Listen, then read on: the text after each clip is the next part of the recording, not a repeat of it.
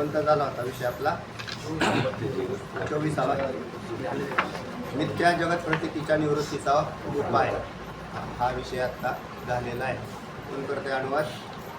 ओम अनुवाद नाही का माहिती आदिनाथ महाराज वडापार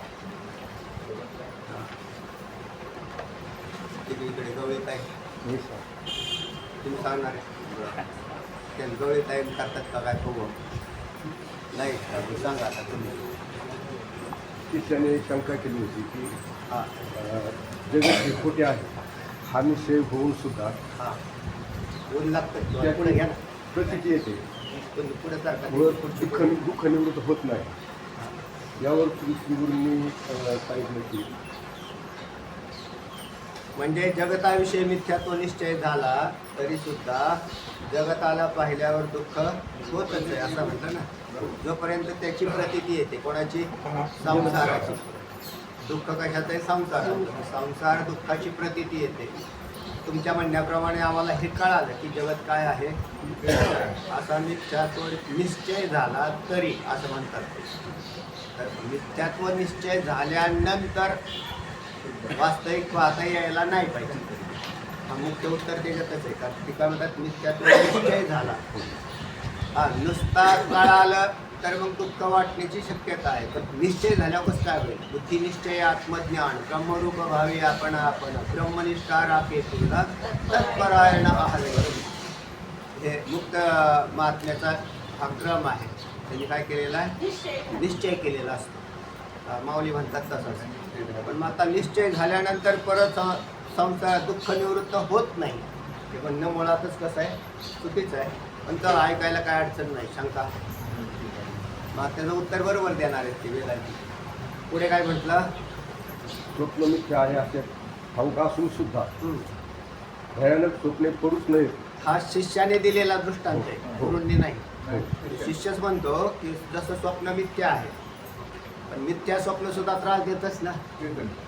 कारण मिथ्या स्वप्न जरी मिथ्या आहे असं कळालं तरी ते स्वप्न पडतं. त्या काळात जर समजा त्याच्या घरावर दरोडा पडला चोरटे आले जे चिंतन करतात त्यांना तशी तशी स्वप्न पडतात आणि मग त्याला दुःख होतं का नाही? तर होतं. मग आता त्याच्यासाठी काय किंवा स्वप्नामध्ये अनेक काही त्रास होत असेल त्याला तर मग त्याच्यासाठी काय सांगितला उपाय? जपादी साधनांचा उपाय आलेला होता. आदिभौतिक म्हणजे जप वगैरे केल्यावर मग ते स्वप्न काय होत नाही, भयानिक स्वप्न पडत नाही. ज्याच्यात तारतम्य भाव काय जोडलेला आहे? ज्याच्या चित्तात जसे विचार असतात ना त्या पद्धतीचे त्याच्या स्वप्नामध्ये तुझ्या भगवत विषयक चित्तामध्ये जर विचार असतील तर स्वप्न मी भगवंताचे पडायला काय अडचण पडतात. चला म्हणून त्यानेच सांगितलं की जसं भयानक स्वप्न पडू नये याच्यासाठी जपादी साधनं हा उपाय आहे महाराज. त्याप्रमाणे हा जगतामधलं दुःख प्रतीतीला येऊ नये याच्यासाठी काय उपाय आहे? चला सांगा पुढे. म्हणून संसार निवृत्तीच्या इच्छा मला होते यास काहीतरी उपाय सांगावा अशी प्रार्थना. यावर श्री गुरु म्हणतात ज्यास भयानक स्वप्ने पडूच नये असे वाटत असेल तर त्यांनी नित्य जागृत राहावे. बरोबर. झोपायचंच नाही. झोपच आली नाही म्हणल्यावर स्वप्न कसं काय पुढे? खरा उपाय हाच आहे. जपानी साधना करायची मग झोपायचं मग स्वप्नामध्ये दुःख भासलं नाही हा उपाय नाही. शास्त्रात निवृत्ती करताना आत्यंतिक निवृत्ती करतात. आत्यंतिक म्हणजे कारणासह कार्याची निवृत्तीला आत्यंतिक निवृत्ती म्हणतात. नाहीतर मग हे स्वप्न तर दररोज पडतात ना. एक दिवस जप केला आणि दुसऱ्या दिवशी नाही पडलं बाबा, भयानक स्वप्न नाही पडलं. आता त्यानंतर परत तिसऱ्या दिवशी परत जप नाही केला परत भयानक स्वप्न. ही काय आत्यंतिक निवृत्ती थोडीच आहे. ती तात्पुरती निवृत्ती झाल्यासारखी वाटते. आणि तसाच प्रकारे संसार दुःखामध्ये आध्यात्मिक आधी दैविक आधी भौतिक हे काय येतं? दुःख आहे. आणि हे येतातच, कंटिन्यू येतात.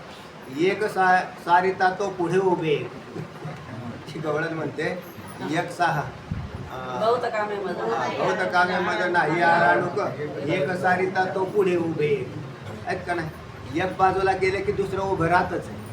तसे संसार दुःख एक जरी बाजूला केलं देव उपायाने करा. आध्यात्मिक आधी दैविक आधी भौतिक याच्यावरती तुम्हाला तर पाठ झालं ते.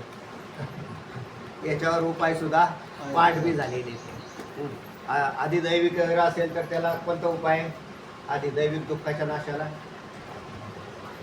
हा? मंत्र. बरोबर आहे ना, जोरात सांगायचं, चुकलं तर चुकलं. मांत्रिक तांत्रिक हे उपाय दिले का नाही आधिदैविक? आध्यात्मिक दुःख शरीराचं दवाखाना दिलेला आहे. पुढे आधी भौतिक दुःखाच्या निवृत्तीसाठी शास्त्र आधी बाळगले. आधी भौतिक दुःखाची निवृत्ती, म्हणजे या दुःखांच्या निवृत्तीचे लौकिक उपाय आहेत, पण ते तात्पुरते आहे, आत्यंतिक नाही. महत्वाची गोष्ट आहे ना, देह आहे तर दुःख आहे आणि देह नाही तर दुःख नाही.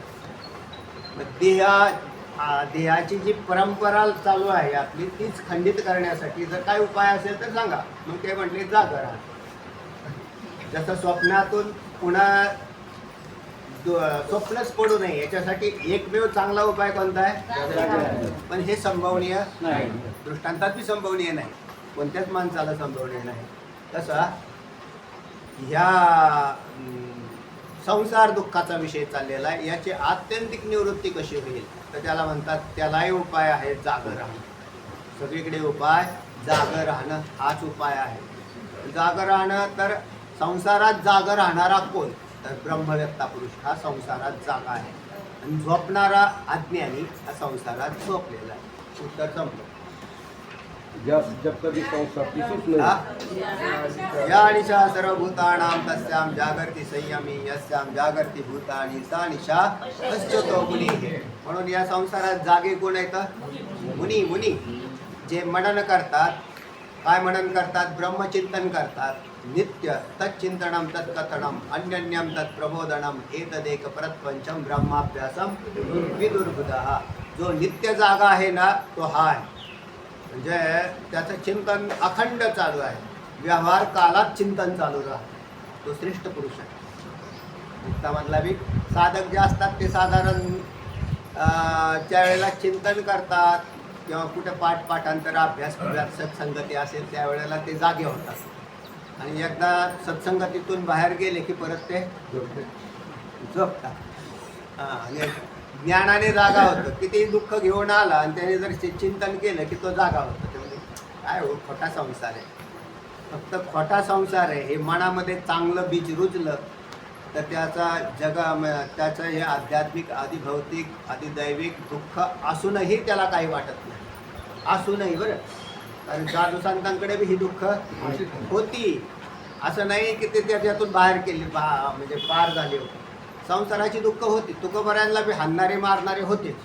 आध्यात्मिक दुःख त्यांच्या मागं होतं. आहेच आहे ना, पोरं लेकरं एवढी सगळी म्हटल्यावर त्यांची सोय सगळी पाहायची म्हटल्यावर तू काय का नाही का.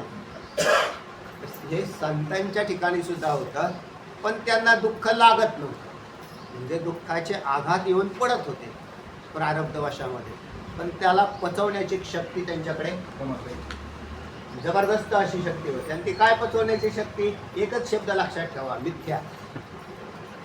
काय औषध? काय? मिथ्याचं. आलेलं दुःख खरं आहे का? नाही. देह आधी काय खरा? देह संबंधी पसारा उजगावणे चोरा रक्षण असे भासत असे. अरे देहच खोटा आहे, देहाच्या संबंधाने तयार होणारी दुःख आहेतच कुठे तेव्हा. तर तुम्ही त्याला मान्यता देता. आपण त्याला काय करतोय? मान्यता देतो. त्या दुःखांनाच मान्यता दिली म्हणून ती तुमच्या आपल्या पाठीमागे लागली. असा वाटला. आणि ज्या वेळेला तो त्याच्यातून बाहेर पडतो किंवा चिंतन करत राहतो, तेव्हा ब्रह्मचिंतन करणाऱ्या पुरुषाला कोणतंच दुःख त्रास देत नाही. त्याच्यात त्यांनी चिंतन काय केलंय? अयम आत्मा ब्रह्मा जगन मिथ्या ब्रह्म सत्य जगन मिथ्या जीव ब्रह्मैव नापरः. हेच चिंतन त्याला दुःखातून बाहेर काढवतं. आणि सद्गुरूंकडे गेल्यावरती बी तेवढाच हाच उपाय, रामबाण उपाय. कोणता? ब्रह्म सत्यम जगन मिथ्या जीव ब्रह्मैव नापरः. याच्यासाठी फक्त अधिकाराची वृद्धी झाली की माणसं अधिकारा लगेच तदाकार होऊ शकतात. त्याच्यात आहे तरी अवघड काय? असं काय अवघड आहे की ज्याच्यामुळे नाही फार गृह नाही, फार कठीण असं काहीच नाही. ते कळायला तर कळतंय का नाही? अशोक महाराज कळायला तर कळालं नाही. जगात खोटं आहे, जगात खोटं आहे असं असतानाही त्या जगाच्या प्रेमात पडणारे काही खरे तुम्हाला ते कळालं नाही असा त्याचा अर्थ आहे. म्हणजे जगात खोटं आहे तर खोटंच आहे. काल खोटं होतं, आज खोटं आहे आणि उद्या खरं असेल असं कधीच होत नाही. तर हे नित्य म्हणून जे याला खोट्या जगताचं ज्ञान झालंय, खोटं म्हणून झालं, तर मग एक गोष्ट मात्र सत्य आहे त्यातली आणि आत्मा सत्य आहे. तेव्हा सद्गुरूंकडे गेल्यावरती त्यांनी तेवढाच काम केलं. काय केलं? अरे तू ब्रह्मरूप आहेस असं सांगितलं ना. काय सांगा ना पुढे. ज्यास जगजागी संसार दिसत नाही असे वाटत असेल हां त्याने आपल्या ब्रह्मरूप आत्मज्ञानाची जागृती नित्य ठेवावी. बरोबर. आणि ते ब्रह्मज्ञान कोण देतं? सद्गुरू. ते ब्रह्मज्ञान देतात तेच सद्गुरू. जे दुसरे काही जंतर मंतर थंतर करत असतील तर ते काही सद्गुरू नाही. चला पुढे. म्हणजे नित्यप्राप्त जो संसार त्याची नित्यप्राप्त जो परमानंद त्याची प्राप्ती म्हणजे नित्यनिवृत्त जो संसार त्याची निवृत्ती. नित्य निवृत्त म्हणजे तो नसलेलाच नसले. आपला मूळ विषय काय आहे? दुःखाची निवृत्ती करताना असलेल्या का नसलेल्या? नसलेल्या दुःखाची निवृत्ती. आनंदाची प्राप्ती करताना असलेल्या का नसलेल्या? असलेल्या. म्हणजे तुम्ही मुळातच काय आहे का? आनंद स्वरूप आहे आणि संसार तुमच्या ठिकाणी यात किंचितही नाही. हे साधारण पूर्वीच सांगितलं. हा हे पूर्वी सांगितलेलं आहे पण त्यावेळेला पटलं नसेल. म्हणजे हळूहळू पटायला लागतंय ना. ते एक तास कसं काय पटत? काय म्हणताय सांगा. तत्वमाशी म्हणजे तू ब्रह्मच आहे असा उपदेश केला. कोणी केला? श्रीगुरूंनी. हा कोणता मंत्र आहे बरं? रामकृष्ण हरी हा एक मंत्र आहे. एवढा माहिती सगळ्या लोकांना. त्याला ब्रह्माची जागृती दिली, धर्माची जागृती देणारा रामकृष्ण हरी आणि ब्रह्म जागृती देणारा दत्तवंशी. याच्यात गळ्यात माळ घालायची नाही, काही नाही, काही प्रक्रिया नाही. ह्याची काय आवश्यक? अहो गळ्यातली माळ आहे ना ही धर्म जागृती दिली तुम्हाला. धर्म म्हणजेच नाम. विठ्ठलाच्या नावाला किंवा रामकृष्ण हरिनामाला धर्म म्हणतात है ना. कळे न कळे जया धर्म ऐका सांगतो हे वर्म माझ्या विठोबाचे नाम अट्टहासे उच्चार. याला धर्मजागृती म्हणतात. धर्मजागृती दिल्याने काय झाला? प्रवास सुरू झाला. आध्यात्मिक प्रवासाची सुरुवात धर्मजागृतीने होते आणि ब्रह्मजागृतीने आध्यात्मिक प्रवास संपतो. पहिल्यांदा निघण्याचं ठिकाण आणि दुसरं पोचण्याचं ठिकाण. लक्षात येत आहे? लक्षात येत आहे ना. एक निघण्याचं ठिकाण कोणतं? धर्मजागृतीने त्याला सुरू केलं. कारण जोपर्यंत तो नामस्मरण करणार नाही पापच जाणार नाही. किंवा तुम्हाला सोपा दृष्टांत सांगायचा तर डागाळलेलं सोनं म्हणजे जीवन. डागाळलेलं सोनं. तर डागाळलेपणा घालवणे म्हणजे धर्मजागृती आणि सोनेपणामध्ये तयार राहणं याचं म्हणायचं ब्रह्मजागृती. एकच काम झालं ना. नुसतं डागाळलेपणा जरी घालवला पण डागाळलेपणा गेल्याशिवाय सोनं कसदार होत नाही. म्हणजे त्याला स्वरूपाचं ज्ञान होणार नाही. जरी तो जीव हा परमात्मा असला तरी सुद्धा डागाळलेपणाने त्याला मी जीव आहे अशी भावना. म्हणून धर्मजागृतीने मोठं काम केलं. पहिल्यांदा धर्मजागृतीने फार मोठं काम केलं आणि नंतर पुन्हा काय केलं? ज्या वेळेला त्याला हे कळालं की महाराज याच्यानंतर बरेच वर्ष झालं परमार्थ करतो, 50 वर्ष दुःख नाही गेलं महाराज आमचं. का नाही गेलं? जायला पाहिजे होतं ना. नाही, तुमचं दुःख जात येत होतं. म्हणजे धर्मजागृती सुद्धा काम करते बरं. धर्मजागृती काय काम करते? ज्या वेळेला तो सात्विक वृत्ती धारण करून भजन कीर्तन पूजन काय करत असतो त्यावेळेला त्याला आनंद वाटतो आणि तिथून निघून घरी गेला मग परत दुःख वाटतं. म्हणजे आत्यंतिक निवृत्ती झाली का? म्हणून आत्यंतिक दुःखाची निवृत्ती केवळ ब्रह्मजागृतीनेच होते. हा त्याच्यावरचा उपाय आहे. चला सांगा पुढे. झालं. त्या महावाक्यातील शक्तीनेच मी सच्चिदानंद ब्रह्म आहे. हा महावाक्य म्हणून तिथं असा विषय आला. झालाच पाहिजे. हा सत्य बोध उत्पन्न झालाच पाहिजे. म्हणजे त्या पॉवर येते असं काय करायचं? जसं पेट्रोलला काडी लावली तर लांबूनच भडकाच झाला पाहिजे. ते म्हणले पेट्रोलचा भडकाच होत नाही मग ती पेट्रोल नसत. पाण्याचा भडका असं तर होणारच नाही, त्याला काड्यावी अख्ख्या काडीपेटी घालवली तरी नाही होणार. पण पेट्रोलचा भाग असा असतो, त्याच्या असा लांबून जरी काही गेले तरी त्याचं काय होतं, भडका होतो. तसं आहे ना, कानावचनाची भेटी सरिसाची पैकिरटी, वस्तू होऊन उठी झालाच पाहिजे, भडकाच झाला पाहिजे. भडका झाल्यावर काय जाईल, अज्ञान जाईल, अज्ञान. आणि ते अज्ञान काय आहे, तर देहाला मी समजणं आणि संसाराला खरं समजणं हे अज्ञानाचं कार्य आहे. ते गेल्याबरोबर ते देहाचा मिथ्यपणा लक्षात आला, देहच खोटा आणि देहाच्या संबंधाने दिसणारा संसार बी खोटा. याच्यामधले जे चाललेले भाग आहेत ते अज्ञानाने चालू आहे. सगळा जेवढा व्यवहार चालू आहे तो अज्ञानाने चालू आहे, पण निघून जातो. फक्त त्यांनी काय करायला पाहिजे, नित्य जागं राहिलं पाहिजे, म्हणजे नित्य ब्रह्मचिंतन केलं पाहिजे. मुमुक्षुने ब्रह्मचिंतन करावं, साधकाने साधना करावी, आणि भक्ताने भक्ती करावी. भक्ताने भक्ती केल्यावर मलदोष जातो, साधकाने साधना केल्यावरती विक्षिप्तही निघून जातो, आणि मुमुक्षुने मोक्षाचं चिंतन केल्याने मोक्ष होऊन जातो. चिंतनानेच मोक्ष होतो, म्हणून नित्य चिंतन करण्याची गरज आहे आणि ब्रह्मचिंतनाची आवश्यकता आहे. बाकी नाही केलं तरी चालेल, पण ब्रह्मचिंतन त्याच्यासाठी काय उठाठेवी नाही करावी लागत. म्हणजे काय, संसारातली कामं जे दररोज चाललीत ना, ती खुशाल जरी केली त्याचा काही संबंध नाही, कारण कर्म ज्ञानाच्या विरोधी नाही, कर्म ज्ञानाच्या विरोधी नाही. आता ताई तिकडे खुरपायला गेल्यामुळे तिचं ब्रह्मचिंतन बुडालं असं व्हायचं काही कारण नाही. म्हणजे रानात कामं जरी केली तरी ब्रह्मचिंतनाचा त्याच्याशी काय संबंध आहे. चिंतन बुद्धीच चाललेलं असतं आणि काम हाताने आणि पायाने क्रिया केली जाते. त्याच्यात एकदा डायरेक्शन दिलं कामाला की ते काम चालू राहतं, ते काम मनुष्य करत राहतो. असं एखादा वाफ वाढणारा असेल तर त्याला वाफ वाढायला आता कश काय वाढायचा, कोणता ढिकोळ काढायचा, पाहायचं, काही करायची गरज नाही. ती आपोआप बरोबर चालतं, पण तरी बी चिंतन करता येतं. आणि खरं तर चिंतन ना सृष्टीला पाहूनच जास्त चिंतन होतं. कोणतं चिंतन सृष्टीला पाहिलं होतं, मिथ्यात्वाचा दृढ निश्चय सृष्टीला पाहून करावा. नाहीतर एखाद्या ठिकाणी जाग्या बसल्यावर त्याचं काय, त्याच्यापेक्षा हे भारी काम करत असताना. म्हणून असे कोण आहेत, मुनी आहेत बरं, साधू संत असे. सावतोबा महाराज खुरपताना का त्यांनी बंद केली काय, कामं बंद केली का सावतोबा महाराजांनी? काहीच नाही, सगळी कामं चालू आहेत. तुकोबा महाराजांची चालू आहेत, नरहरी महाराजांची चालू आहेत. जेवढे साधू दिसत आहेत, नामदेव महाराज कपडे विकायचं काम करत होते, बळच करत होते, वडिलांनी सांगितलं पण करत होते. त्या हे उदरभरणासाठीचा विषय आहे तो, फक्त देश एवढून दुसरं काही नाही.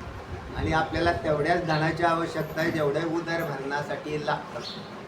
आणि ते सोडून जर करत असतात तर कमीत कमी धनाच्या अपेक्षा न ठेवता कर्म करा. धनाच्या अपेक्षेने कर्म करणारा मोक्षाला कधी जातच नाही, जाणारच नाही. भागवतामध्ये झालं ना, नाथ महाराजांनी काय सांगितलं, 15 अनर्थ दिले. धनाची ज्याला अपेक्षा आहे त्याला काय होईल, ज्याला धनाची अपेक्षा आहे त्याला नाही. भिक्षुगीतामध्ये आला विषय, भिक्षुगीतामध्ये कदरी ब्राह्मणाची कथा दिली होती. बरोबर आहे, ज्याला धनाची इच्छा आहे त्याला मोक्ष कसा होईल. त्याच्यात वैराग्य उत्पत्ती झाल्यानंतर शक्य. पूर्व काळात काय का असाना, नंतर पुढे काय झालं, संपला विषय.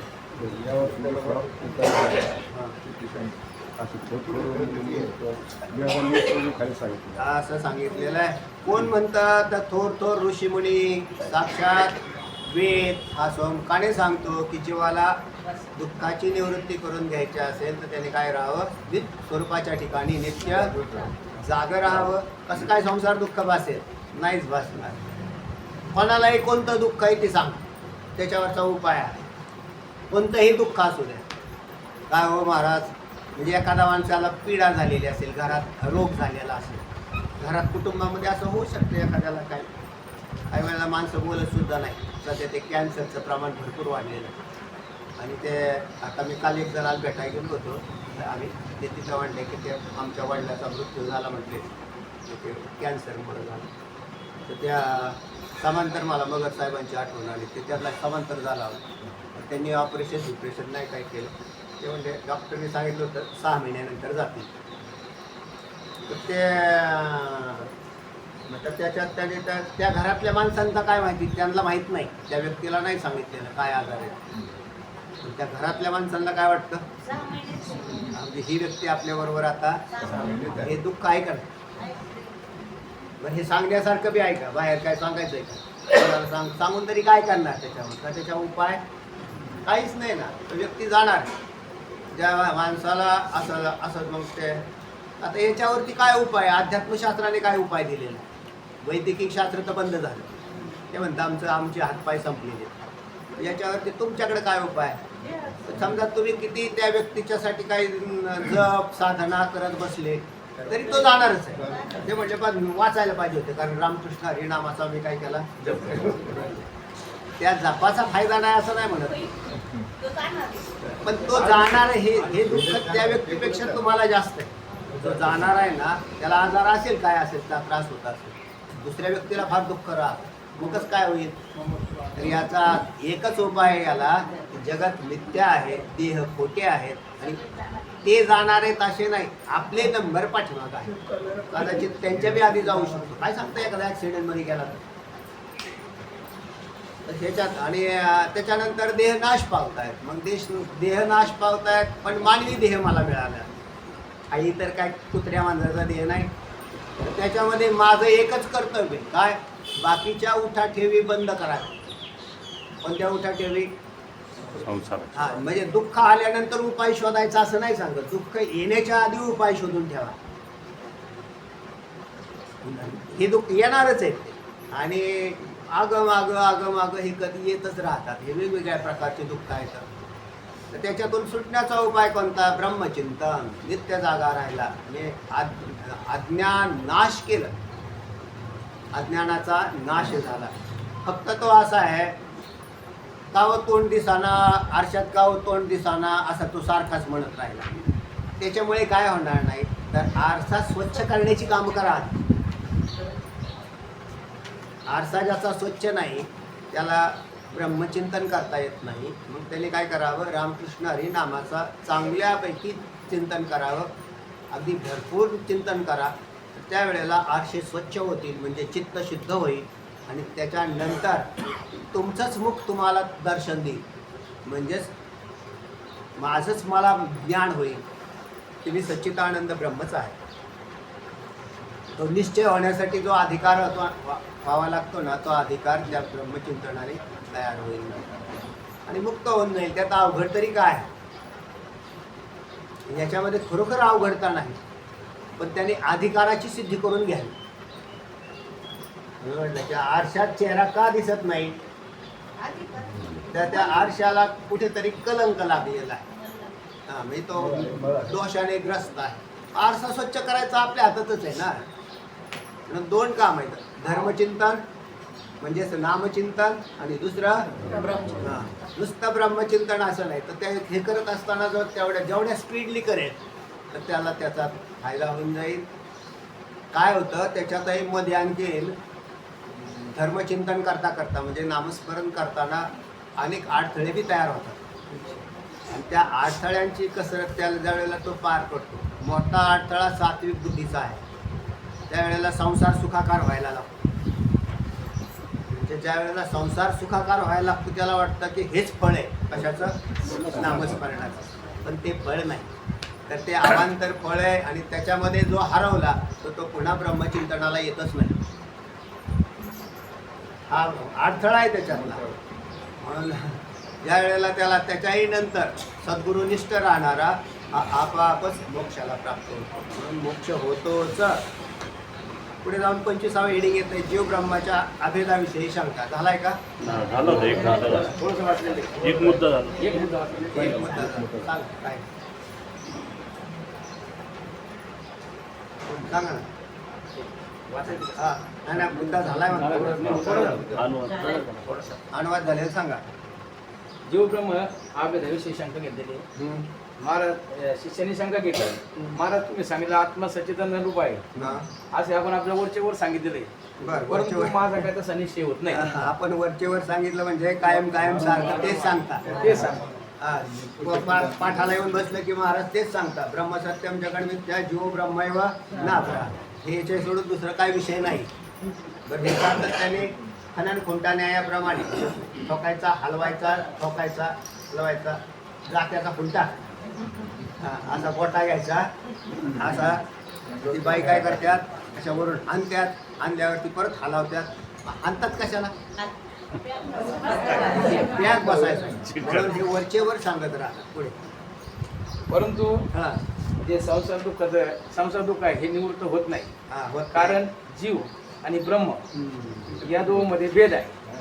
आता मूळ विषयच असा आहे हेडिंग आलेलं आहे त्याच्यात जीव ब्रह्माच्या अभेदाविषयी शंका केली. जीव हा ब्रह्मरूप आहे हे ज्ञान उत्पन्न झाल्याशिवाय संसार दुःख जाणार नाही. पण मग आमच्या शंका अशा आहेत की जीवाचा आणि ब्रह्माशी तुम्ही आम्हाला नेहमी सांगता की तुम्ही कोण आहात ब्रह्म आहात तुम्ही ब्रह्म आहात. पण महाराज मला अशी शंका आहे की मी ब्रह्म असेलच कसा. कारण माझ्या ठिकाणी भासणारं कर्तृत्व भोक्तृत्व आणि धर्म 3 गोष्टी आहेत त्याच्यामध्ये. काय आहेत एक कर्तृत्व म्हणजेच मी पाप पुण्याचा करता आहे. भोक्तृत्व म्हणजे मी सुखदुःखाचा भोगता आहे. आणि धर्म जन्म मरण रूप धर्म आहे. कळालं. या 3 गोष्टी जीवाच्या ठिकाणी दिसतात. या 3 गोष्टी सांगा बरं परत मला एकदा.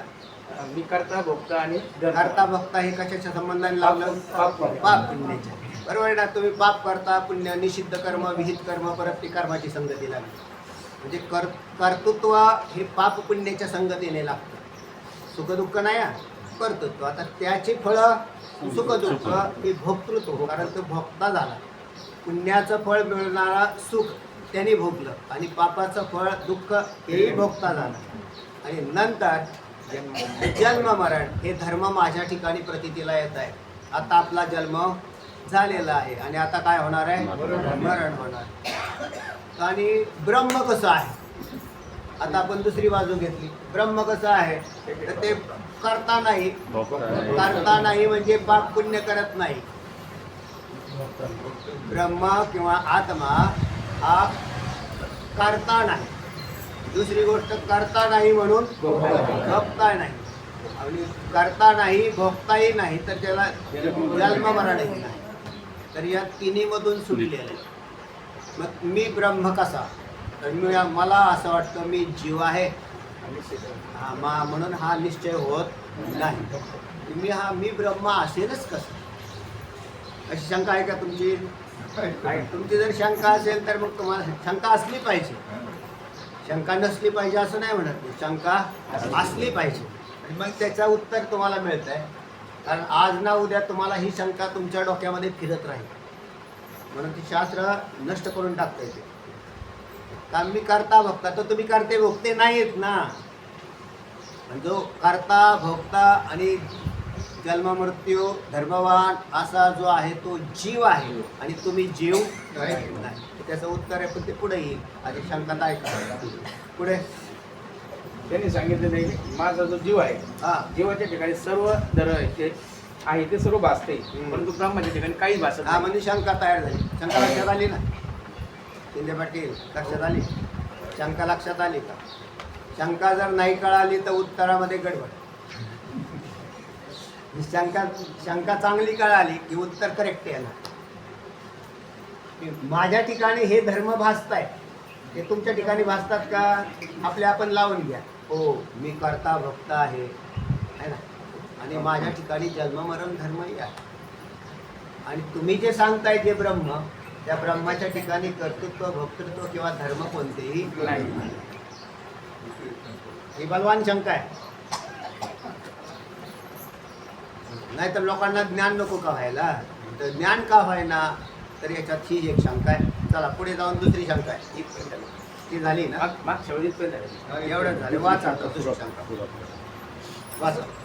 दुसरा संशय असा की हा वेदामध्ये एकाच बुद्धिरूप वृक्षाच्या ठिकाणी 2 पक्षांची कल्पना करून त्यापैकी एक कर्मफल भोगता व दुसरा शुद्ध असंग भोगरहित असून कर्मफलाच्या भोगत्यास प्रकाशक आहे असे सांगितले आहे. तर ते वेदाची श्रुती सांगा मला. वा सुपर्णा संजा सकया समानं वृक्षं परिषश्व जाते.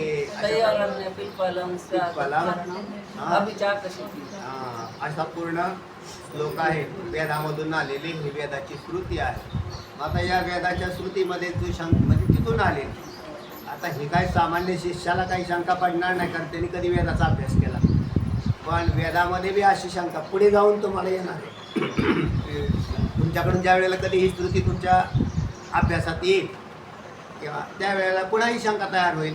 महाराज असं म्हटलेलं आहे की वेदामध्ये एकाच बुद्धिरूप वृक्षाच्या ठिकाणी 2 पक्षांची कल्पना केली आहे. मग 2 पक्ष कोणते? एक ईश्वर आणि दुसरा जीव. बरोबर आहे ना? आणि जीव आणि ईश्वर सांगून वेदानेच भेद प्रतिपादन केला. काय केला? एक ईश्वर आहे आणि एक जीव आहे. का हो? एक कर्मफळाचा दाता आणि एक कर्मफळाचा भोगता. अशा प्रकाराने हे आपोआपच तयार झाले. मग आमची शंका तर आहेच आहे की आम्ही भगवत स्वरूप म्हणजे आत्मस्वरूपात होऊच कसं? कारण आम्हाला जीव बनवलेलं आहे. आपल्याला काय बनवलं? जीव बनवलं. तर तेव्हा अशा प्रकारे एक भोगरहित असून दुसरा कर्मफलाच्या भोगत्यास प्रकाशकही आहे असे म्हणलेले. असंग शुद्ध भोगरहित असून कर्मफळाचा भोगत्यास प्रकाशक आहे असा सांगितलेला कोण आहे? ईश्वर. आणि एक कर्मफळाचा भोगता कोण? जीव. तर या रूपकाने वेदांनी असे प्रतिपादन केले की कर्मफल भोगता जीव आहे आणि शुद्ध असंग प्रकाशक ब्रह्म आहे. यावरून विरुद्ध धर्मवान जीव व ब्रह्म यांचे एकत्व वेदासही संमत नाही. म्हणजे वेदामध्येच संमत नाही अशा प्रकारची शंका घेतलेली आहे. परंतु ती यथार्थ मांडलेली नाही, तर अज्ञानात मांडलेली ही शंका आहे. याचा यथार्थ काय भाग आहे तो पुढे जाऊन सांगते. चला, तिसरे असे की आता तिसरी शंका. वेदाने कर्म उपासनेचे पुष्कळ प्रतिपादन केले आहे. बरोबर आहे. 80% वेद हा कर्मपर, 16% उपासनापर आणि 4% ज्ञानकांडपर असा साधारण विभागणी केली त्याची. तर अशा प्रकारे सगळ्यात जास्त काय सांगितलं? कर्म आणि उपासना सांगितलं. उपासना या पदाचा अर्थ काय? भक्ती. हे लक्षात ठेवा. उपासना सांगितली. उपासना असा शब्द येतो त्यावेळेस त्याचा अर्थ राहायचा भक्ती. मग कर्म हे तर तुम्हाला माहितीच आहे. कर्म म्हणजे क्रिया. जे क्रिया केली जाते त्याला कर्म म्हणतात. आता त्या कर्मातला सगळ्यात मोठा पसारा यज्ञामध्ये होता. तो कलियुगामध्ये मिटलेला आहे. आणि त्याच्यानंतर मिटलेला आहे म्हणजे असा की ऋषीमुनींनी साधू संतांनी आपल्याला जागा करून कर्मकांडाच्या नादाला लागू नका असं सरळ उपदेश केला. या कर्माच्या फार कचांड्यात जाऊ नये. साधारण कर्म करावं. साधारण कर्म म्हणजे प्रत्येकाने सकाळी उठावं, स्नान करावी, देवपूजा करावी. हे कर्म आहे का नाही? हे करावं. आता त्याच्या देवपूजा हा कर्माचाही भाग आहे ना त्यात. म्हणजे त्याच्यावर उपचार, मूर्तीवरती जे काही उपचार केले जातील ते उपचार अवश्य करावे. अगदी नैवेद्य वगैरे दाखवला काही अडचण नाही. इथपर्यंत ठीक झाले. त्या कर्मापर्यंत चाललं. यज्ञाधिक कर्माचा विषय भार डोक्यामध्ये ठेवायचा नाही. मग म्हणले उपासनेला सुरुवात करा. तुमचं जे आराध्य दैवत आहे त्याच दैवताची उपासना करावी. आराध्य दैवत म्हणजे एकच दैवत आहे वारकऱ्यांसाठी, फक्त पांडुरंग हे दैवत आहे. ते सोडून अन्य दैवत नाही. 10 देवांच्या पूजा करू नये. त्याला व्यभिचारी भक्ती म्हटलेली. त्या व्यभिचारी भक्तीने एकही हातात नाही पडणार. आपल्या हातात जर पडायचं असेल काय तर व्यभिचारी भक्ती नाही करावी. एका देवाची उपासना करावी. म्हणजे आपला तो एक देव करून घ्यावा. तेने विना जीवा सुख नाही. अगदी तुकोबराय सांगतात. आणि तुकोबरायांनी तेच केलं. माऊली ज्ञानोबराय कोणत्या देवाच्या उपासना करत होते? नाही, एका विठ्ठलाची. त्यांना गरज नव्हती. आता त्याच्यानंतरचा विषय सामान्य लोकांना कमीत कमी एक देव तर आहे ना, कारण ते गुरुजींना देव मानतच नाहीत ना. गुरूंना देव मानण्यासाठी कोणी भाग्यवान शिष्य जन्म घेतो, कोणी एखादा. त्याच्याशिवाय तो दुसरा मग होऊच शकत नाही. चला बुवा नका का माना ना गुरूंना देव, पण कमीत कमी एक देव तरी मानतील ना. तिथेही 17चे 15 देव मानत बसला असेल तर त्याचं काय होणार आहे पुढे भविष्यात? काहीच होणार नाही. म्हणजे ऍक्च्युली काहीच होणार नाही, कारण त्याच्या बुद्धीतच बेविचार बसलेला आहे. मग असा एकच देव म्हणजे एका देवाची उपासना केली, अर्थात सत्वगुण प्रधान देव असला पाहिजे. तुम्ही सत्वगुणी आणि देव सत्वगुणी असेल, कारण देवाचे बी 3 प्रकार झाले, रजगुणी देव, तमगुणी देव आणि सत्वगुणी देव. म्हणून विठ्ठल धरला, याच्याकडे कोणता हत्यार सुद्धा नाही. चाल हा भक्त कमरेवर हात देऊन शांत मुद्रेमध्ये उभा आहे, अगदी शांत मुद्रेमध्ये. पण शिवाय त्याला पुंडलिका राजाने काय केलेलं आहे, पुंडलिका दिला वरा करुणाकर विठ्ठले. काय मूड पापी जैसे तैसे उतरी कासे लावू. हा, जे मूड येऊ, पापी येऊ, आणखीन कोणी येऊ, त्याला तू काय कर, ज्ञान विज्ञान विहितम. हा, मूढोयम पापिनामपि दर्शनार्थी भवेन मोक्ष प्रार्थयामी पुनः पुनः दर्शयामी भवेन मोक्ष प्रार्थयामी पुनः पुनः.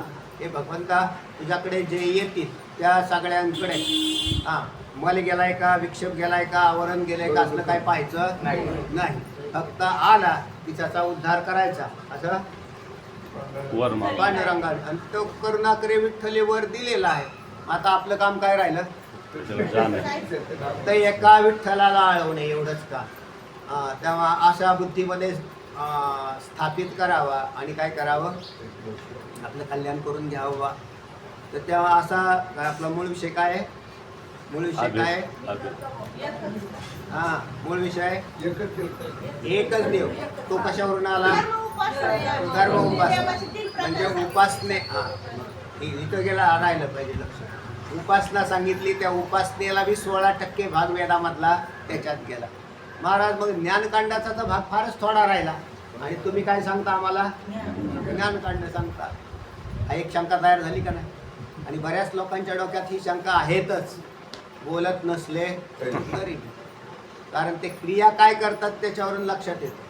प्रत्येक व्यक्ती काय क्रिया करते याच्यावरून परमार्थाचाही अंदाज घेता येतो की ती व्यक्ती काय करत असली पाहिजे.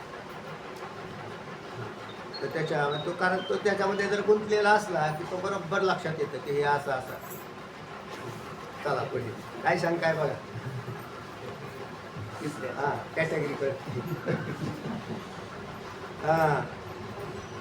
तिसरी शंका सांगा. वेदाने कर्म उपासनेचे पुष्कळ प्रतिपादन केले आहे. ते ब्रह्मात जीवाचा किंवा जीवात ब्रह्माचा अंतर्भाव केल्यास सांगता येणार नाही. बरोबर. ब्रह्म उपास्य आहे, जीव उपासक आहे. आणि जे उपास्य उपासक भाव वरल्याच्या याला धरूनच आहे तसा शंका ही उपास्य आणि उपासक भावाविषयी केलेली शंका आहे. ब्रह्मस्वरूपात जीवाचा अंतर्भाव म्हणावा तर कर्म किंवा उपासनेचा अधिकारी नाहीसा होईल. बरोबर आहे. आणि जीवात ब्रह्माचा अंतर्भाव म्हणावा तर उपास्य नाहीसे होईल. या योगाने वेदाने प्रतिपादन केलेल्या कर्म उपासनेस निष्फलत्व येणारच. बरोबर. आणि वेदास निष्फलत्व मानणे सिद्धांत मतात इष्ट नाही. वेदाला निष्फलत्व मानणं सिद्धांत मतात म्हणजे वेदांत मतामध्ये योग्य नाही हे म्हणणं बरोबर आहे. दुसरा भाग आहे उपासनेचा जो आता मुद्दा आहे तो इथे उपासनेचाच मुद्दा उपस्थित केला आहे. देव हा उपास्य आहे आणि भक्त हा उपासक आहे. मग उपासकाने उपास्याची भक्ती केली तुमच्या म्हणण्याप्रमाणे तर ते एकच होऊन जाईल. म्हणजेच उपासक हा उपास्य स्वरूप होईल किंवा उपास्याकडून जरी अभेद केला तरी उपासकाचा उपासक शिल्लक राहणार नाही. म्हणजे उपास्य आणि उपासक भाव वेदाने सांगितला आणि तुमच्या म्हणण्याप्रमाणे जर जीवाचं ब्रह्माशी ऐक्य केलं म्हणजे उपासकाचं उपास्याशी जर ऐक्य केलं तर हा भाव नष्ट होऊन जाईल. म्हणजेच वेदाला निष्फळत्व येईल आणि वेदाचं निष्फळत्व हे सिद्धांत मतात मान्य नाही. अशा प्रकारची ही शंका आहे. लक्षात येत आहे. उपास्य उपासक भावाला धरून केलेली शंका आहे. तर त्यात उपास्य उपासक भाव नष्ट झाल्यावर मग वेदाचं काय महत्त्व राहील महाराज. तर वेदाचं महत्त्व नाही, जीवाला ब्रह्म रूप करणं हेच वेदाचं महत्त्व आहे. म्हणजे वेदाचं तात्पर्यच तसं आहे. उत्तर येणार आहेत आता पुढे. चला तर आता तुम्हाला पहिल्या प्रश्नाचा उत्तरापासून सुरुवात होईल आहे ना. संपला ना विषय. आता पुढचं हेडिंग लागतंय मुद्दा क्रमांक 26 काय म्हणताय? पूर्वमीमांसेत ईश्वराचा अनंगीकार व सिद्धांत मतात ईश्वराचा सकारण अंगीकार. हा, तर हे तुम्हाला माहितीसाठी टाकलेला मुद्दा आहे. मूळ जे शंका आहेत 3 केलेल्या, ते 3 शंका घरी गेल्यानंतर व्यवस्थित पहा, हाताळा आणि त्याच्यानंतर प्रत्येक शंका तुम्हाला उत्पन्न होऊ द्यात आधी चित्तात. आता नंतर हा जो मुद्दा आलेला आहे 26वा, की तुम्हाला कल्पना प्राप्त व्हावी, म्हणजे या विषयाची काही जास्त माहिती असावी म्हणून हा मुद्दा उपस्थित आला आहे, त्याच्या अनुषंगाने आहे. म्हणून मुद्दा असा आहे की पूर्वमीमांसेत म्हणजे जैमिनिकृत जी 12 अध्यायी पूर्वमीमांसा आहे त्याच्यात त्यांनी ईश्वर मानलेला नाही, म्हणजे ईश्वराचाच अनांगीकार केलेला आहे. बऱ्याच लोकांना ह्याचंही माहीत नसेल की काही शास्त्रकारांनी ईश्वरच मानलेला नाही आणि त्याच्यात हे आस्तिक शास्त्रकार आहेत की जे वेदाला मानतात. कोण? पूर्वमीमांसाकार जैमिनी वेद मानतात, पण कोण मानत नाही? ईश्वर मानत नाही. आता त्यांना आम्ही विचारलं की बा तुम्ही ईश्वर का मानत नाही, किंवा अगदी कपिल मुनी सुद्धा ईश्वर मानत नाही, त्यांना नैश्वर सांख्य असं म्हणतात. पतंजलीला सैश्वर सांख्य असं म्हणतात. लक्षात आलं ना? पतंजली सैश्वर सांख्य आणि सांख्य शास्त्रकार जे आहेत कपिल मुनी हे नैश्वर सांख्य, आणि हे दोन्हीही वेदांती आहे, म्हणजे हे आस्तिक पक्षकार आहेत. आता पहा, त्यांना विचारलं आपण जैमिनीला की बा तुम्ही ईश्वर का मानत नाही? त्यांच्यापेक्षा तर आम्ही भले का नाही, आम्ही विठ्ठल मानतो. म्हणजे तुम्ही कोणापेक्षा भारी ठरले? जैमिनीपेक्षा आणि कपिल मुनींपेक्षा. ज्यांचा भागवतामध्ये उल्लेख येतो कपिल मुनींचा, देव होतीस काय केलेला आहे त्यांनी? उपदेश केलेला आहे. मग त्यांच्यापेक्षा आम्ही बरे नाव म्हटले, आम्ही कमीत कमी देव तरी मानतो. पण तुम्ही देव मानत असला तरी खरा देव मानत नाही, हा खोटाळा आहे. मग आता का त्यांनी तो ईश्वर का मानला नाही असं विचारलं तर ते म्हणतात प्रत्येक जीव हा जो कर्म करतो त्या कर्माच्या इतकं सामर्थ्य आहे की त्याची फळं आपोआप त्याला प्राप्त होतात. आणि ज्याने जसं कर्म केलं की त्याला तसं फल प्राप्त होतं, तर मध्ये देव आणताच कशाला? हा मुद्दा कोणाचा? मध्ये ईश्वर आणू बिनू नका. काय कारण काय त्याला? म्हणून तिथं कर्म जसं होईल त्या पद्धतीने फळं मिळतात. आम्ही देवाला मानत नाही. यज्ञाधिक कर्म ज्यांनी केली म्हणती संसारी जन्मी जय, यज्ञाधिक कर्म की जय, बघा स्वर्ग सुख भोगीचे. हे त्यांचंच मत आहे. म्हणजे इथं काय नाही, यज्ञाधिक कर्म करावीत, यज्ञापासून निर्माण झालेलं पुण्य ते स्वर्गाला कारण ठरेल आणि स्वर्गात जाऊन त्याची फळं भोगावी. इथं देवाचा काही संबंध आहे का? देवाचा काही संबंध आहे असं त्यांचं मत आहे. खंडित आहे, कळेल तुम्हाला, पुढेच येणार आहे. वाचा आता. असे शिष्य आता हे कशासाठी आला मुद्दा? तर आपले जे 3 शंका आहेत ना वाटच्या, त्या समांतर अगदी त्याला धरून चालतील. म्हणजे कर्मफळाचा दाता हा कोण आहे? ईश्वर आहे. आणि तो का, याचं उत्तर इथे येणार. ऐका. असे शिष्य बोलत असतात, हा, कोणी पूर्वमीमांसक त्या शिष्याचंच आपले मत सांगतो. म्हणजे पाठाला मध्ये सगळेच बसलेले होते. जो वेदांती होता त्याने वेदांताच्या शंका तयार केल्या ह्या वरच्या 3, आणि तिथंच बसलेला एक जो दुसरा कोणी पूर्वमीमांसक आहेत ना, पाठात पूर्वमीमांसक बसतात का नाही? पाठात कर्मावाले बी बसतात, उपासनावाले बी बसतात आणि ज्ञानावाले बी बसतात.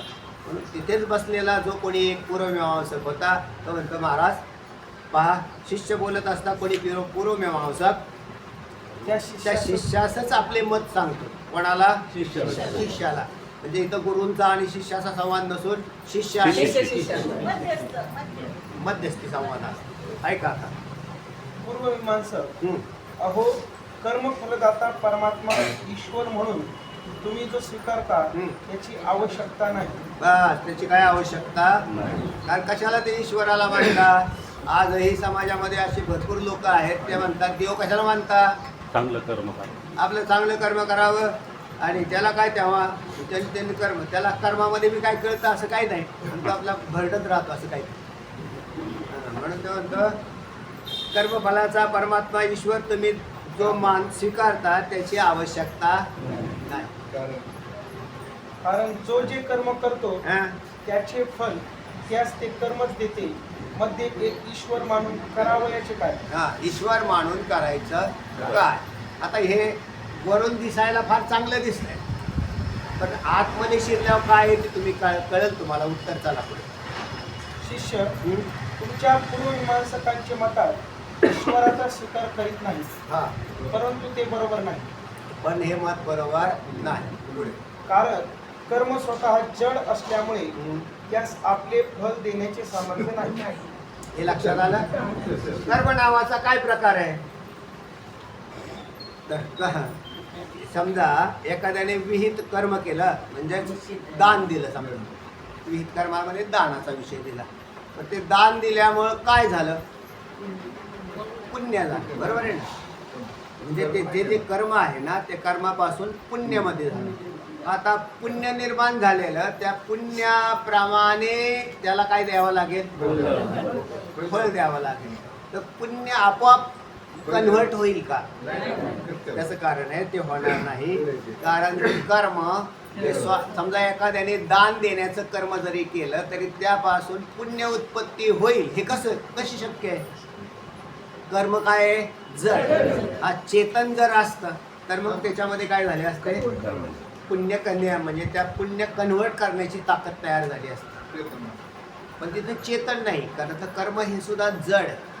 जड कर्माला चेतन फळं येतीलच कसे? मध्ये चेतन कोणीतरी मानावा लागतो, है ना? कंपनीत कामाला जाणारी माणसं, कंपनीत कामाला जाणारे माणसं, त्यांनी काम केलं. समजा एखादा मनुष्य काय काम करत असेल, काय तुमच्याकडे काय काम आहे? गाड्या बनवायच्या. ते गाडी बनवले, त्यांनी गाडी बनवली. आता त्यांना फळ मिळायला पाहिजे का नाही? गाडी बनवली, गाडीकडून फळ घ्यायला पाहिजे का नाही? ती जड आहे, ती फळ नाही देत. तर तिचा जो मालक आहे चेतन तो म्हणतो हे घ्या पैसे. पैसे गाडीने दिले का मालकाने दिले? समांतर तसंच आहे. कर्म करणारे आपण, याचा मालक कोण आहे? आणि तो काय करतो? त्या जीवांना त्याची फळं देतो. म्हणून मध्ये ईश्वर मानावा लागतो. चला, कर्म जड आहे. कर्म स्वतः जड असल्यामुळे त्यास आपले फल देण्याचे सामर्थ्य नाही. बरोबर. ईश्वराचा अंगीकार न करिता त्या कर्मातच फल देण्याचे सामर्थ्य आहे असे मानले तर विहित व निषिद्ध कर्माचे फल कर्म करत्यास ताबडतोब का मिळू का मिळू नये? शंका तयार केली का नाही? समजा की कर्मच फळ देते असं मांडलं, तर मग आम्ही कर्म करतो, त्याची फळं आम्हाला ताबडतोब कोणी द्यावी? त्या कर्मानेच द्यावी. पण असं होत नाही होत. म्हणून तर लोक म्हणतात का हो, दान पुण्य केल्याने काय झालं तेव्हा? काहीच नाही, पुढं काहीच दिसना आम्हाला. हा, तर ते म्हणजे तसं नाही दिसणार तुम्हाला. आज केलेल्या पुण्यात्मक कर्माचं फल आज नाही भेटणार. तिथं एक सायकल ठेवलेलं आहे त्यांनी, सर्कल, जे पूर्व केलेल्या कर्माची फळं उत्तर भोगायला येतात. आणि ती कशी म्हणतात? तर जसे आत्ता काही गव्हाचं पीक नाही सध्या, पण तुम्ही गहू खाता का नाही? गहू खाताय. हा कधीचा? मागचा. आणि आता तो गहू संपणारच आहे का नाही? ज्या वेळेला सीझन चालू होईल, त्याचा हंगाम येईल, त्यावेळेला पेरणी केली की पेरणी करता त्या दिवशी गहू कोणता खाता? त्या दिवशी मागचाच खातो. म्हणजे ज्या दिवशी पेरणी केली त्या दिवशी सुद्धा खायला मागचा गहू असतो, है ना? ज्या दिवशी पुण्य केलं त्या दिवशी खाण्यासाठी पुण्य म्हणा, नाही तर पाप म्हणा. असं काही नाही. देवीला जाऊन माघारी येणारे सुद्धा ऍक्सिडेंट मध्ये मरतात. देवाला गेले म्हटले आणि पलटी झाली काय? आता काय करावं म्हटले, देव आहे का नाही देव? तर ते देव आहे. तुम्ही चांगलं कर्म केलं, आजचं ते खात्यामध्ये जमा झालं, पण तुमचं ते कर्म बाहेर आलं. कोणतं? म्हणून गाडी विहिरीत. हे लक्षात ठेवायचं. नाही, त्याला संगती काय आहे? त्याला ही संगती आहे, याचा आणि त्याचा काही संबंध नाही. जे सत्कर्म आहेत त्याची फळं खात्यामध्ये पडणार. आणि जे पूर्वी केलेलं चांगलं बी असेल किंवा वाईट असेल, ती ज्या दिवशी भोगायला येईल त्या दिवशी भोगा, त्याला पर्याय नाही. ही त्याची म्हणजे बैठक आहे त्याला. आणि हे जर नाही कळालं तर मग माणसं डोकं खाजवत बसतात, बुवा जावं का नाही देवाला जायचं होतं आपल्याला. म्हणजे आता कॅन्सलच करतो, गाड्या पडून राहिल्यात कॅन्सल करतो. अरे बाबा त्या गाड्या पडण्याचा त्याचा तुमचा काही संबंध. एवढी बद्रीनाथ केदारनाथ आपली माणसं गेली, एवढी बरेचसे मेले त्याच्यामध्ये. मग पुढचे काय बंद झाले का? नाही. मग पुढचे मरतात का? पुढचे मरत नाही. पण जे मरत नाहीत का? ही सगळी संगती बरं आहे. चांगली कळाली ना की तुम्हाला परमार्थ कळेल आहे. म्हणून अशा प्रकाराने म्हणजे इथं ईश्वराचा काय करावं लागतं तुम्हाला. यावरून कर्म नष्ट होऊन गेले तरी कर्माच्या फल उपभोगकाली त्या कर्माच्या संस्कारांवरून फलदाता असा कोणीतरी एक चेतन मानलाच पाहिजे. म्हणून कर्म फलाचा दाता हा काय पाहिजे? चेतन पाहिजे. चेतन पाहिजे. बरं मग जीव करून टाका. जीव नाही का चेतन? तर जीव होणार नाही, कारण त्याच्या ठिकाणी तेवढी शक्ती नाही. मग ते असा सर्व शक्तिमान, शिवाय तो स्वतंत्र आणि सर्वज्ञ, हे 3 निकष कायम डोक्यात ठेवायचे. कोणते? सर्वशक्तिमान, स्वतंत्र आणि सर्वज्ञ असाच देव धरायचा. देव धरला तर असा नाही दुबळा, देवच कोणाकडे तरी मागाय गेला, तो देवच कसा राहील? सेंद्रिय दैवते कोण पूजिती भूते घेते, आपल्या पोटा रडते मागते शिते, आपले इच्छे आणि का पिढी काय ते देईल बराडी.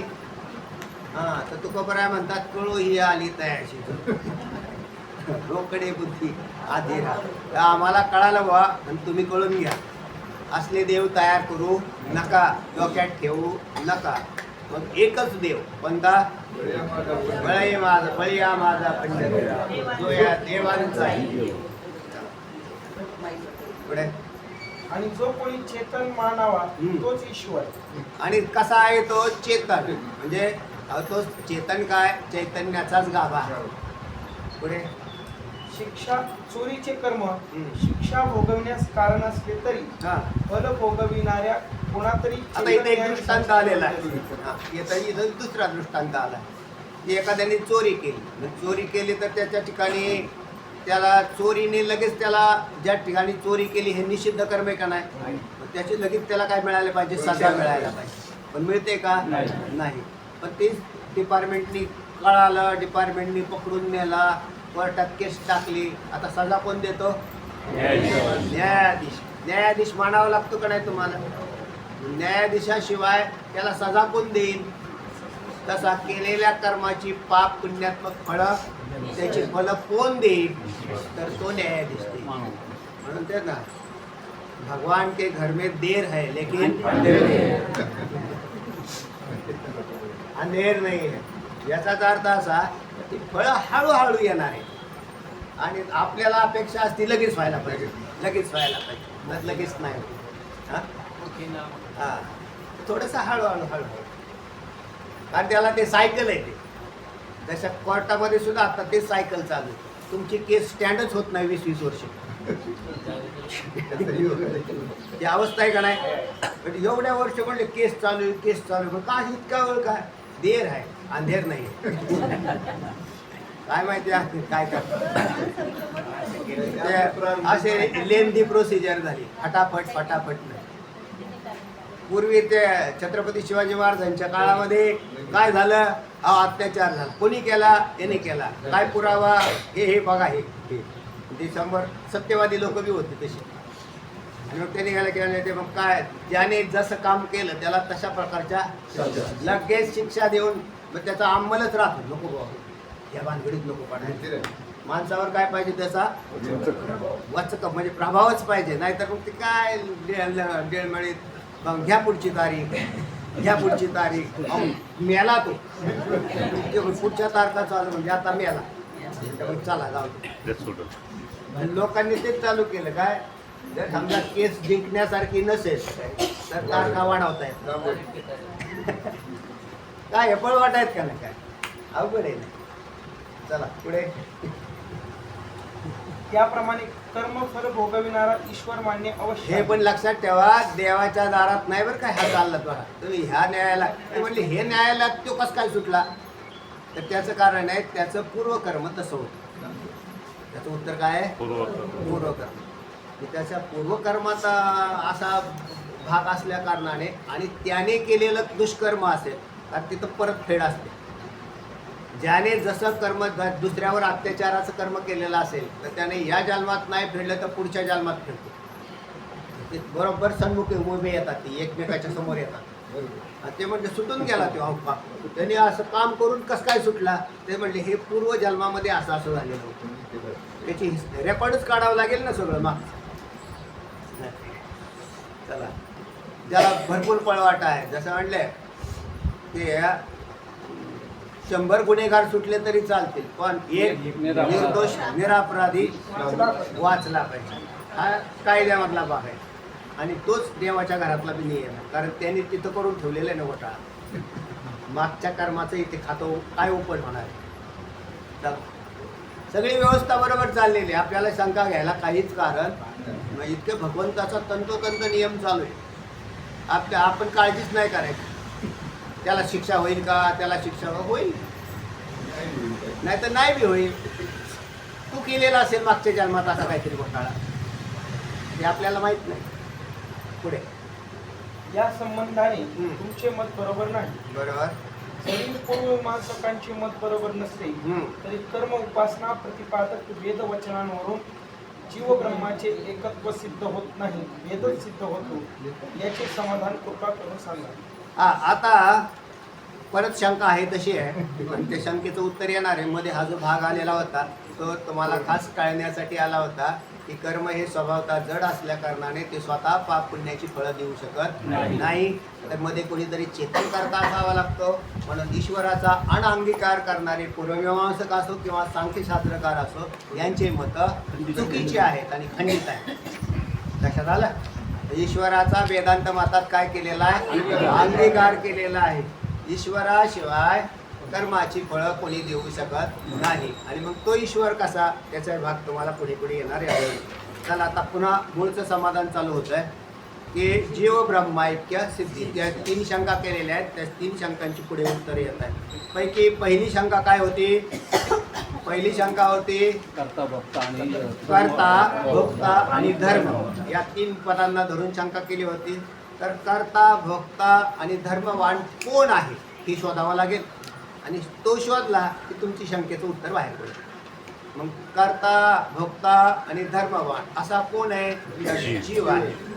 तुम्हाला जीव, ईश्वर, ब्रह्म यांचा तुम्हाला काय व्हायला लागेल? बोध व्हावा लागेल अगदी. आणि त्या दृष्टीने हे उत्तर तयार होत आहे. जीव ब्रह्म ऐक्य सिद्धी. वाचा. ही वर दिलेली शिष्याची शंका सर्वांना असते. बरोबर आहे, ही शंका सगळ्यांनाच असते. वर दिलेली शंका म्हणजे 3 शंका. चला, शंका सप्रमाण आणि संयुक्तिक आहे हा. असे प्रथम दर्शनी दिसते, हे खरे. शंका करताना शंका ही सप्रमाण असावी लागते, म्हणजे प्रमाणासहित असावी लागते. दुसरी संयुक्तिक असावी लागते, म्हणजे युक्ती वापरलेली असली पाहिजे. आणि अजून एक भाग आहे तिथं दिलेला नाही, ती सफल असावी लागते, म्हणजे सफलदायी असावी, तिला फल असावं लागतं. जसं मी तुम्हाला शंका केली, महाराज तुम्ही फार वेदांत सांगता, हो म्हणजे एक आम्ही गाढव विकत घेतलं, त्याच्या अंगावर किती केस आहेत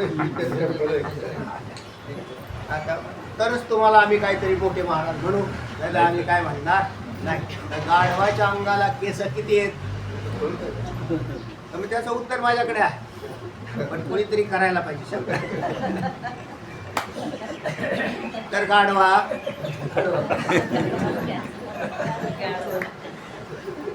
त्याच्यापासून तुला काय फल आहे हे सांगा. समजा गाढवाच्या अंगावरची केस मोजली, जसे माणसाच्या अंगावर 3.5 कोटी रोम असतात असं म्हटलं. आता 3.5 कोटी केस गाढवाच्या अंगावर आहेत मी असं सांगितलं, तर त्याच्यामुळे तुला काय फल आहे? त्यामुळे मला काहीच फल नाही, म्हणजे सफल शंका केलेली नाही. जसं सप्रमाण, त्याला प्रामाण्य कुठून आणलेलं आहे का, काय कशासाठी काय चाललेलं आहे, काहीच विचार नाही. बरं ती संयुक्तिक बी नाही, कुठेच बसत नाही. तर मला अशा शंका 3 धरायची का ही एकच खालची धरायची बरं आता पहिल्यांदा क्रमशः धरायच्या एक एक एक एक नाही पण इथं शेवटी काय दिलंय हा. की जरी पूर्वमीमांसकाचे मत बरोबर नसले हा. तरी कर्म उपासना प्रतिपादक वेद वचनांवरून जीव ब्रह्माचे एकत्व सिद्ध होत नाही भेदच सिद्ध होतो याचे समाधान त्यांनी विचारलेलं तर ही शंका धरायची का हा तर पूर्वमीमांसाचे मत बरोबर नसले तरी कर्म उपासना प्रतिपादक वेद वचनावरून जीव ब्रह्माचे एकत्व सिद्ध होत नाही भेदच सिद्ध होतो हे त्या शिष्याने त्या शिष्याला दिलेलं उत्तर उत्तर आहे का शंका आहे त्याने त्याच्यातलंच त्याच्यात ह्या संबंधाने तुमचे मत बरोबर नाही हे कोण म्हणाल शिष्य कोणामध्ये संवाद चालू होता दोन्ही शिष्य म्हणे. दोन शिष्यांना म्हणून तो शिष्य त्यालाच म्हणतो की हे तुझं मत बरोबर नाही म्हणून त्याची शंका पुन्हा आहे तशी स्थिर आहे आणि त्याचं उत्तर आता चालू होतं. आता पुढे- तिन्ही पुढचे- शंकेत मला हे भेदच मुद्दे विचारले. धरायची हा, गरज नाही भेद ना? भेद हा. तिन्ही शंका जे आहेत ना त्याच्यात त्यांनी भेदच मी सांगितलेला आहे भेद सिद्ध होतो. ही सुद्धा वाटते तेच ना, भेद सिद्ध होतो म्हणजे तिन्ही शंकेत सुद्धा भेदच होतो होतो. आणि त्याचं समाधान त्यांनी माहिती आहे बरोबर आहे. 25 संबंधी भेद आहे हा तर 25च्या संबंधानेच हे उत्तर चालू होतं पण आता त्याला क्रमशः चालू होतील तर तुम्हाला उत्तर कशी सांगावी लागतील क्रमशः सांगावी लागतील तर त्याला आता म्हणून पहिल्यांदा शंका लक्षात आली सप्रमाण सयुक्तिक आणि सफलदायी अशा प्रकाराने 3 निकष ज्याच्यात असतात त्याला शंका. हा तर त्याला योग्य शंका असं म्हटलं जातं पुढे कारण ब्रह्म आणि ईश्वर हे दोन शब्द एकार्थवाचक आहेत बरोबर. असे पुष्कळ लोक समजतात पुष्कळ लोक एवढं समजतात असं नाही जर अभ्यासाला लागले असले तर ब्रह्म आणि ईश्वर हे शब्द तुमच्या समोर आले याच्या आधी तुम्ही काय समजत होते देव आणि त्याच्या बी आधी अनेक त्या देवांचे प्रकार त्याच्या आधी देवी देवता अनेक इंद्रचंद्रादी देव ब्रह्मदेवापर्यंत सगळे देव म्हणजे याला जोपर्यंत शास्त्राच्या चिंतनाला बसला नाही त्यावेळेला नुसतं हे देव देव देव देव चालू आहे त्यावेळेला काय करता देव देव करतो ज्यावेळेला तो चिंतनाला बसला कोणी येऊन त्याच्यानंतर त्याच्या लक्षात काय आला कोणता देव आला ईश्वर तुम्हाला ईश्वर कळाला म्हणून सगळ्यांना आम्ही सांगताना नंतर सांगितलं की या पांडुरंगालाच काय म्हटलेलं आहे ईश्वर म्हटलेलं आहे बरोबर आहे कारण तुम्हाला ईश्वर हा तो नित्य परोक्ष असतो ईश्वर हा नित्य परोक्षच असतो पांडुरंग अपरोक्ष केला ना तुम्हाला त्याचा आकार अपरोक्ष केला का नाही हां म्हणून याला अपरोक्ष केला आनंदाचा कंद विटेवरी नीट आनंदाचा कंद हां आनंदाचा कंद विटेवर नीट उभा केलेला आहे त्याला मग याला तुम्ही देव म्हटला पण मग हा ईश्वर कसा ही शास्त्राने पटवून दिलं जयापासून सगळं महिमंडळ आहेत मग महिमंडळ हे झाले तो हा पंढरीचा राणा नये अनुमाना श्रुतीशी तर तो हा ज्याच्यापासून हे महिमंडळ तयार झालं तो हा कोण आहे तो आहे म्हणजेच ईश्वर आहे म्हणजे हा पांडुरंगच काय आहे ईश्वर आहे आणि ईश्वरच ब्रह्म आहे ईश्वर ब्रह्म आहे लक्षात आलं ना ही संगती ज्या वेळेला बुद्धीत बसली त्यावेळेला मग आता तुम्हाला एक लक्षात आलं की ब्रह्म आणि ईश्वर हे दोन शब्द एकार्थवाचीच आहे असं प्रथम दर्शनी वाटतं परंतु तसं नाही मग आता भेदाची शंका आहे ती ईश्वर आणि जीवाला धरू नये वेदांत शास्त्राने ईश्वराचा आणि जीवाच्या बुद्धीतला हा भेद नष्ट केलेला आहे भेद नष्ट केलेला आहे ईश्वर नाही नष्ट केलेला हे लक्षात ठेवा बरं आता तुम्ही मला ईश्वरच घालून टाकला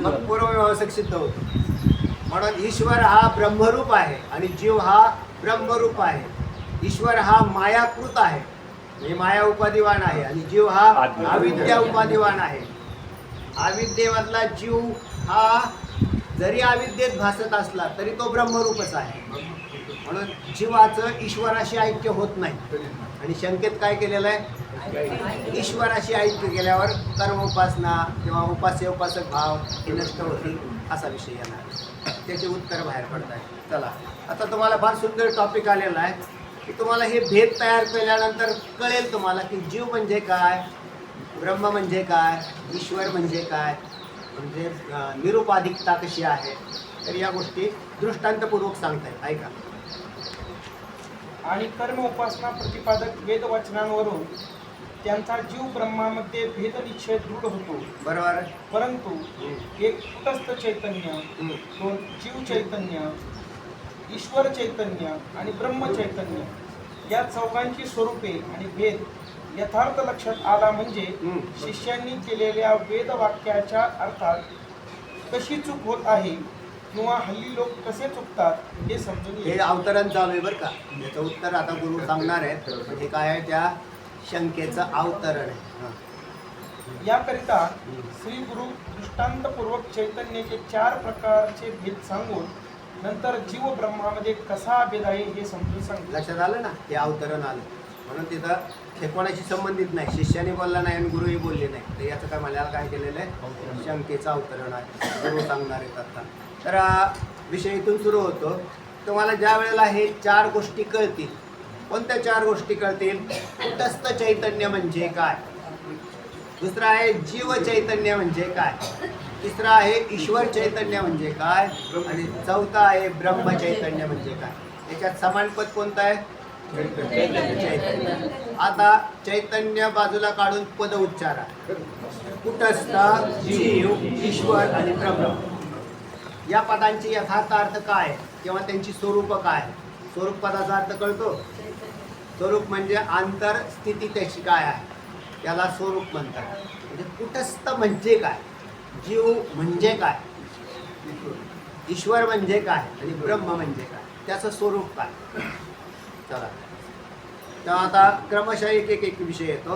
काय म्हणताय श्री गुरु, ऐका. हे शिष्य तुझी शंका निवृत्त करण्याकरता एकाच चैतन्याचे 4 प्रकार करून सांगतो. बर, आता याला दृष्टांत तयार केलेला आहे आणि दृष्टांताने सिद्धांत पक्का होईल. पहिल्यांदा चैतन्याचे 4 भाग केले. ते 4 भाग नसून चैतन्यात कोणताच भाग नाही. तर चैतन्याच्या ठिकाणी उपाधी लागल्यावर हे 4 प्रकार होतात.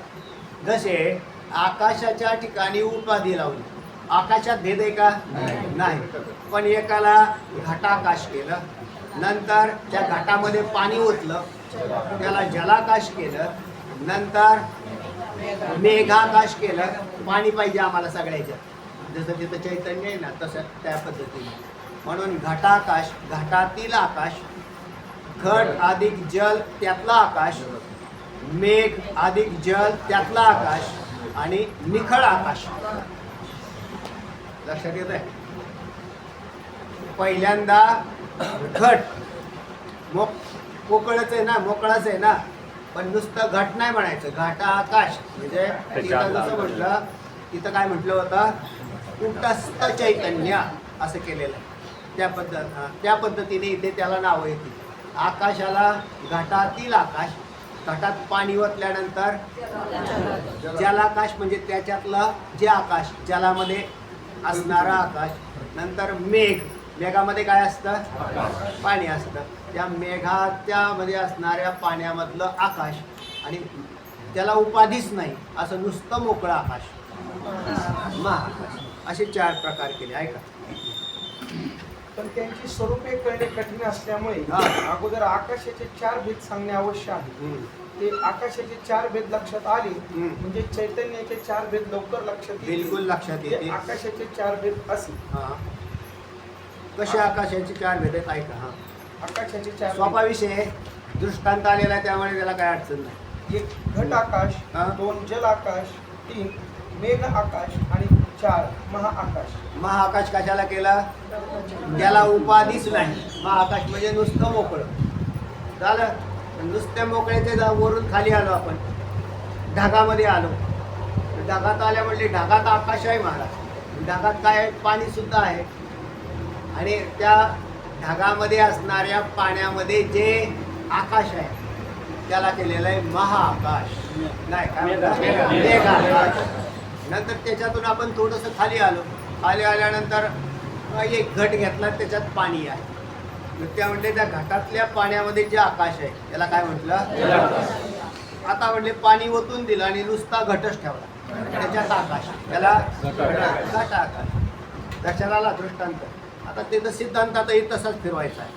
चला कसा आहे ते ऐका. आपण व्यवहारात ज्यास मडके किंवा तांब्या म्हणतो त्या संस्कृत भाषेत घट असे म्हणतात. त्यालाच घट घट घट नेहमी येणारा शब्द आहे आणि तो सगळा लोकांचा पाठबी झालेला आहे. पुढे त्या घटात जितका अवकाश म्हणजे आकाश असेल आकाश म्हणजेच अवकाश म्हणजेच पोकळी. सोप्या भाषेत काय पोकळी. तितकेच त्यात पाणी मावते. बरोबर आहे. जेवढ्या मापाचा 1 लिटरचा घट असेल तर पाणी 2 लिटर बसत नाही, तर 1च लिटर बसत. म्हणजे याचाच अर्थ आहे त्याच्यात 1 लिटरच्या मापाचा जो घट आहे त्याची पोकळी ती तेवढ्याच मापाची आहे. चला, त्या घटात जितका अवकाश म्हणजे आकाश असेल तितकेच त्यात पाणी मावते.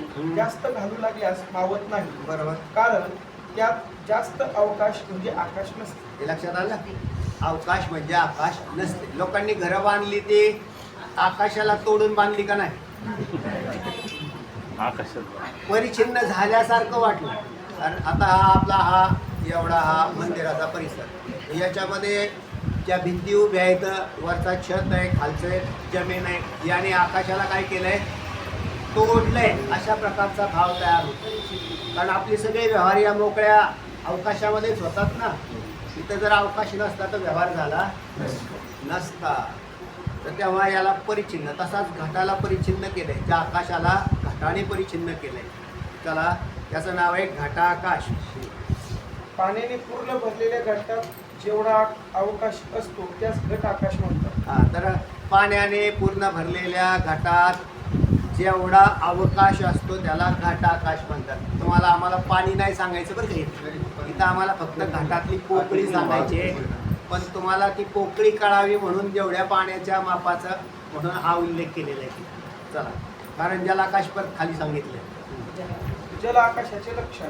हा, घट आकाशाच्या आश्रयावर असलेले चल जल आणि त्या जलात नक्षत्रादीसहित आकाशाचे प्रतिबिंब या तिघास मिळून जल आकाश म्हणतात. हा, तर इथे आता जलाकाशाचं लक्षण आणि घटाकाशाच्या लक्षणात भेद आहे म्हणून 2 भिन्न केले. सोपं लक्षात ठेवायचं असेल तर लक्षात ठेवा, घटामध्ये जे आकाश त्याचं नाव घटाकाश. हे बाकीचे शब्द वजा करून टाका. दुसरं आहे जलाकाश म्हणजे काय? घटातली जी पोकळी, त्या पोकळीत असणारं जे पाणी आणि त्या पाण्यामध्ये आकाशाचं असणारं अस्तित्व. वरचं धारा किंवा त्याच्यातलंच अस्तित्व धारा. पाण्यामध्ये अस्तित्व आहे का ना आकाशाचं, तर त्याला म्हणतात जलाकाश. 3 गोष्टी लक्षात ठेवा. कोणत्या? एक घटाकाश, त्याच्यात असलेलं जल आणि त्या जलातलं असणारं आकाशाचं, याला म्हणतात जलाकाश. हा दृष्टांत झाला. तर तेव्हा या दृष्टांताचं विश्लेषण आता पुढे येत आहे. आपण ही इथपर्यंतच थांबू. राहिलेला विषय नंतर घेऊ. कुंडली गोरदा हरिठ्ठल श्री ज्ञानदेव पंढरीनाथ भगवान की जय.